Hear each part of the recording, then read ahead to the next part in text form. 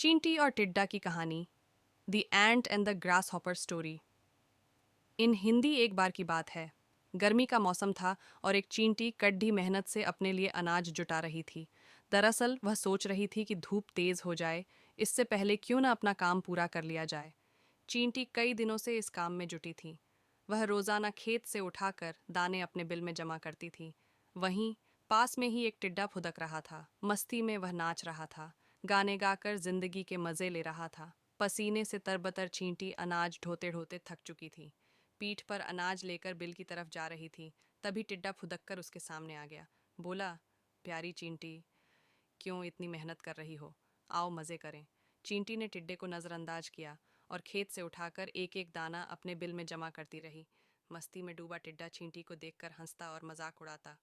उछलकर उसके रास्ते में आकर कहता, प्यारी चींटी, आओ मेरा गाना सुनो।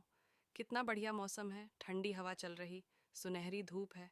क्यों मेहनत करके इस खूबसूरत दिन को बर्बाद कर रही हो? टिड्डा की हरकतों से चींटी परेशान हो गई।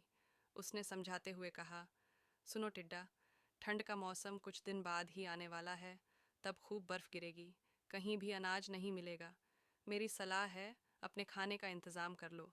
धीरे धीरे गर्मी का मौसम ख़त्म हो गया। मस्ती में डूबे टिड्डे को पता ही नहीं चला कि गर्मी कब ख़त्म हो गई। बारिश के बाद ठंड आ गई। कोहरे और बर्फबारी की वजह से बमुश्किल सूरज के दर्शन हो रहे थे। टिड्डे ने अपने खाने के लिए बिल्कुल भी अनाज नहीं जुटाया था। हर ओर बर्फ की मोटी चादर पड़ी थी। भूख से टिड्डा तड़पने लगा। टिड्डे के पास बर्फबारी और ठंड से बचने का भी इंतजाम नहीं था। तभी उसकी नज़र चींटी पर पड़ी। अपनी बिल में चींटी मज़े से जमा किए हुए अनाज खा रही थी। तब टिड्डे को एहसास हुआ कि समय को बर्बाद करने का उसे फल मिल चुका है। भूख और ठंड से तड़पते टिड्डे की फिर चींटी ने मदद की।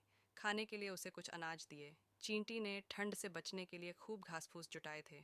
उसी से टिड्डे को भी अपना घर बनाने के लिए कहा। कहानी से सीख, अपने काम को मेहनत और लगन के साथ करना चाहिए। उस वक्त भले ही लोग मजाक उड़ाएं, लेकिन बाद में वे ही तारीफ करेंगे।